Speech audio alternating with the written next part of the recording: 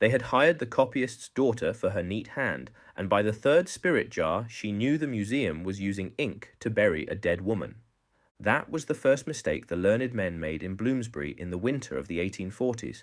Not the fraud, not the theft, not even the vanity. Those were old sins, well dressed and well fed. The mistake was smaller than that. They had looked at Nell Mercer, seen 12 years and a worn cuff and a pair of sensible hands, and decided she belonged to the inkstand. She came up the museum steps behind her father, with carriage grit damp on her boots and coal smoke caught in her shawl. Bloomsbury had that cold way about it in winter. The squares looked proper, the houses looked proper, the men inside them looked even more proper. Meanwhile the gutters froze, clerks coughed into rags, and in the back rooms dead things waited politely on shelves. Her father, Elias Mercer, had copied labels for the collection so long that the work had bent him into it. His fingers cramped, his knuckles swelled. India ink lived in the seams of his skin like a second trade. He could still write, but not for long, and not clean enough for a public lecture due at week's end. "Just mind your lines," he told her at the side door, low and quick. "No flourishes, no questions. You are there to help me keep bread in the cupboard." Nell nodded. She always nodded first when bread was mentioned. Bread had a way of making philosophy brief. The specimen room smelt of spirit, dust, damp wood, old paste, and that sweetish sourness dead things acquired when civilization put them in jars and called the arrangement knowledge. Oak cabinets lined the walls, their drawers swollen by years of London damp. Spirit jars winked in the gaslight. Lecture cards lay tied in ribbon. On one table sat trimmed slips, gum arabic, sealing wax, a bone folder, and a stack of rough notes waiting to be made respectable. That was the work. Respectable. A gentleman in a dark coat barely looked at her when Elias introduced her. "My daughter, sir. She has a steady hand." "Excellent," said the gentleman. "We required legibility, not opinion." That was Dr. Lucian Harbury, fellow, lecturer, darling of clever rooms, owner of the sort of face that had practiced benevolence until it sat there by habit. He spoke as though every sentence had been laundered. Nell lowered her eyes as girls in poor shawls were meant to do. Then she sat, took up the pen, and began turning rough labels into fair ones. Specimen 14, literal cephalopod. Specimen 22, collected under singular circumstances. Specimen 31, southern provenance confirmed. Her father sorted the slips beside her. Harbury moved between cabinets and trays with two assistants. The men talked of distribution, formation, marine drift, anomalies of climate, all the grand words men preferred when a plain one might have done. Nell listened without seeming to. She copied without wasting motion. She dried each line with fine sand, tapped the card clean, stacked it square. By the third jar she stopped. Not openly, not enough to draw notice, just a pause in the fingers. 3 labels from 3 different specimens had been trimmed by the same hand. Not because the edges were neat, lots of edges were neat, because one corner on each had the tiniest ugly bite taken from it, as if the knife had hit a knot in the board beneath and skipped. The same bite, the same angle, the same mean little injury, and on each rough label, in faded brown ink, the Latin abbreviation for shore had the same peculiar tail on the L, hooked backward like a fishbone. She glanced up. Jar, drawer, tray, supposedly unrelated specimens, different dates, different places, different stories. Same hand. Nell did not know much Latin, she knew paper. That afternoon, while her father fetched fresh ink, she let her eyes travel where her hands were told not to. A field slip had been folded twice, then opened and pasted flat. Another had old pinholes no longer used, which meant it had once been fastened to something else. One card showed a gum stain wider than the label now sitting on it, as though a larger earlier name had been lifted and replaced. A shell tray bore a rectangle of cleaner wood beneath the current ticket. On one spirit jar, the paper sat too new against the old glass, but a crescent of yellowed paste still clung under the edge. Under the wavering gaslight it looked exactly like what it was, a shadow of the first truth. By supper time, she knew it was not one mistake but a system. English shore specimens had been moved, renamed, promoted. Common things had been taught better manners. Dorset had become Madeira. Lyme had become Southern waters. A woman's rough coastal notes had been cleaned out of the story and a gentleman's theory set in their place. Nell went home with paste under one fingernail and the thought under her skin. Their room was small. The bread was cheap. Her father ate slowly, with the care of a man who knew tomorrow's loaf had not yet been earned. "Father," she said, when her mother had gone below to borrow coal, "the labels have been shifted." He did not look up. "You copied what was put before you." "They have been shifted," she said again. "3 at least, no, more." Now he looked. He had not taught her much on purpose. Life had taught her the rest by annoyance. Still, he knew that face. It was the face she made when mending something badly made by someone richer than them. "What did you see?"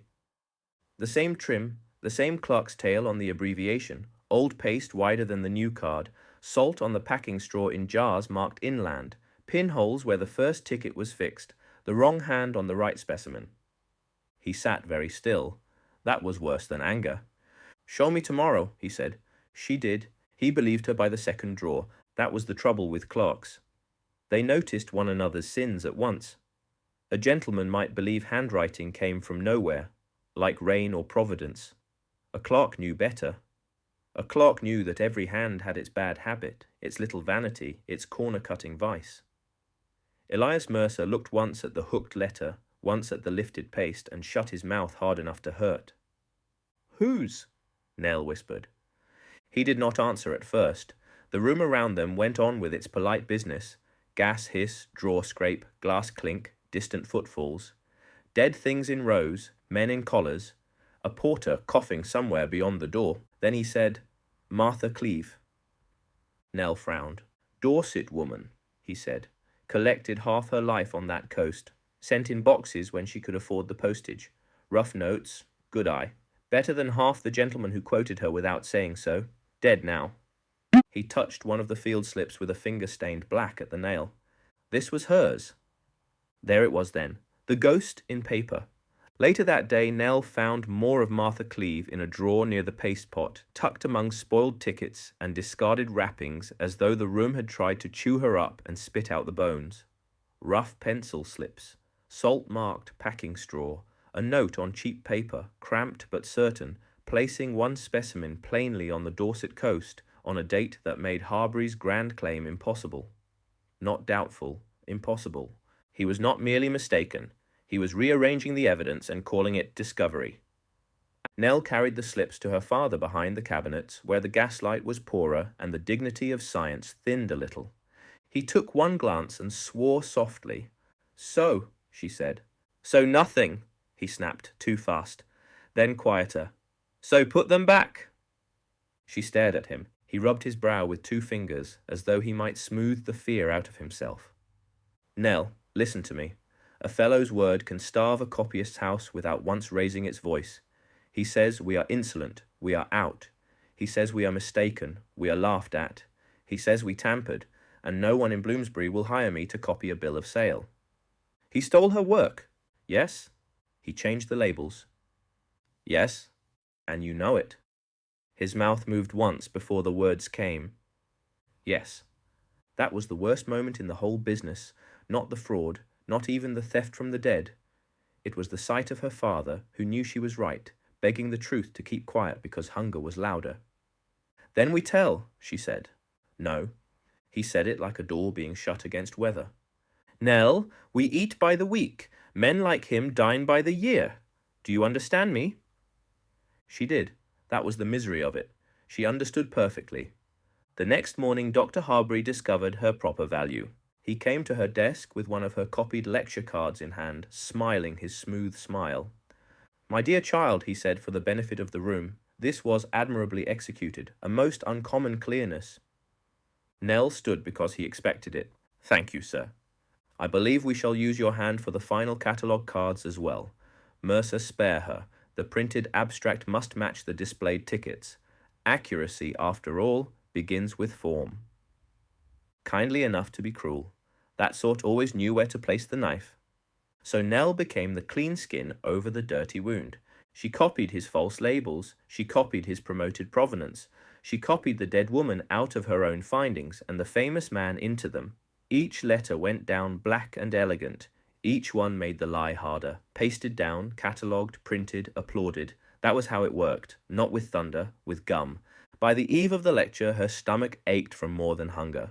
There was to be a public demonstration in the long room, trays set out, jars ranged under glass, gentlemen invited, ladies admitted in select number, proofs of the abstract laid ready to circulate after the talk.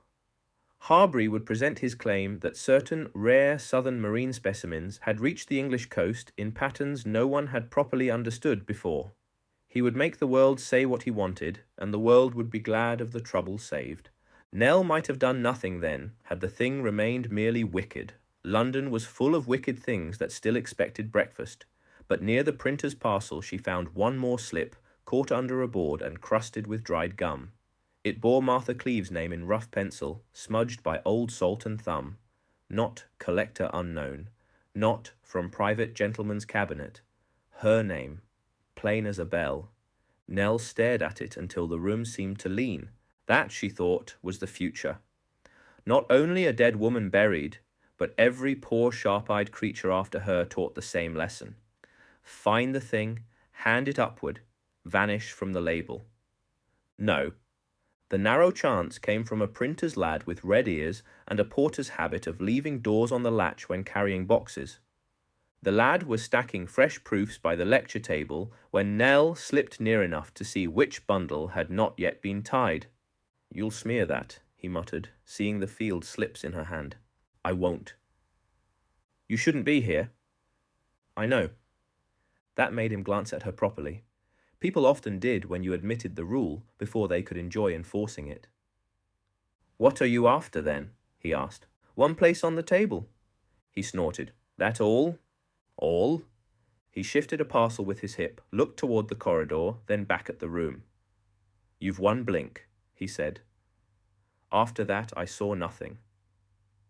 That was all she needed. When the audience came, they brought wet hems, expensive gloves, lecture expectation, and the mild appetite respectable people had for being present at the birth of a new fact. Harbury stood beneath the gas brackets with his notes and his excellent profile. The specimens waited in orderly ranks. Nell stood at the edge beside a cabinet, invisible in the old way, her father grey about the mouth. Harbury began. He spoke beautifully. Men like him often did. They wrapped theft in cadence and called the cloth intellect. He moved from climate to current, from current to anomaly, from anomaly to conclusion. He laid out tray after tray. The audience leaned, heads nodded, pencils scratched. A murmur of approval passed through the room like warm breath. Then he lifted the jar. "This specimen," he said, "collected under singular southern conditions." Nell moved, not dramatically, not like a heroine in a cheap print. She had no speech prepared and no wish to faint into history. She did the one useful thing. As the table assistant turned to pass a pointer, Nell slipped the original field ticket onto the tray's edge beside the fair label in her own hand, and with her thumb she pressed under one corner of the new paper already loosened by age and haste. The label lifted. Only a little. Enough. Under it lay the old glue shadow, darker than the surrounding card, and beneath that shadow the square ghost of the earlier ticket. The gaslight caught the difference. Harbury saw it too late. The audience saw his face change before they saw the paper, and that helped wonderfully. "What is this?" said one gentleman near the front. The assistant bent in. Someone else took the tray. The old ticket, half hidden under the new, came free with a dry little tear of gum. There it was. Martha Cleave's rough note. Dorset coast. Date, place, hand, truth, in bad pencil on cheap paper, walking into a room that had spent good money trying to keep it out. Harbury recovered fast. Men like him had practice. "A misplaced archival remnant," he said. "Entirely immaterial." Nell spoke before fear could catch her. "It matched the straw," she said. No one had invited her voice, which meant they heard it. She stepped nearer, ink still faint on her finger ends. "The old salt on the packing straw matched the first notes," she said. The pinholes matched. The gum was wider than the new ticket. You lifted one and pasted another, more than one. A rustle went through the room. Not belief, not yet, but appetite. Harbury gave her the sort of smile one reserved for a troublesome servant. "My dear child, You cannot possibly understand the interpretive labor. My father did, she said. That cost her. She felt it at once beside her. Elias Mercer closed his eyes for one brief second, then opened them and stepped forward into his own ruin. The hand is Martha Cleave's, he said, rough and plain, and the replacements were done in-house. There was no applause. This was England. What followed was better and worse: muttering, objection, procedural language, collars tightening, one elderly member demanding that the tray be brought to him at once, another asking for the drawer keys, a third insisting that the catalogue not be distributed pending examination. Harbury protested. Others blustered. One lady craned half out of her seat to see the paper everyone suddenly wanted. No justice descended from the ceiling. Gaslight did not make men noble. But the abstract was halted, the tray was withdrawn, the printer's bundle remained tied. And there, amid the mutter and the shame and the frantic little machinery of respectable retreat, Martha Cleave's name was written back into the record, first in pencil, because pencil was fastest, and then in ink, because Nell insisted on the second part, with a silence so fixed no one wished to argue with it. Her father stood beside her as she wrote. Not proud exactly. Pride was for easier households, but upright, which was near enough. She laid the true label flat with her small ink-marked fingers and smoothed it beside the false one while the room went quiet in patches around her. That was the thing worth remembering, not the lecture, not the fellow's indignation, not even the discovery that had failed to become a fact. Just a copyist's daughter in a cold back room in Bloomsbury, pressing the right name onto the right specimen before the lie could dry. Her father did lose work for a while. Of course he did. Men did not forgive humiliation merely because they had earned it. Bread stayed uncertain, coal stayed dear, the world did not improve into a sermon, but the catalogue went out amended. Martha Cleave did not vanish. Harbury's claim entered the record with a bruise on it, and somewhere in the printed margins, where polite men had hoped to place a monument to themselves, there remained the mark of a child who had understood something nasty and permanent very early. That falsehood did not become powerful when it was shouted. It became powerful when it was filed.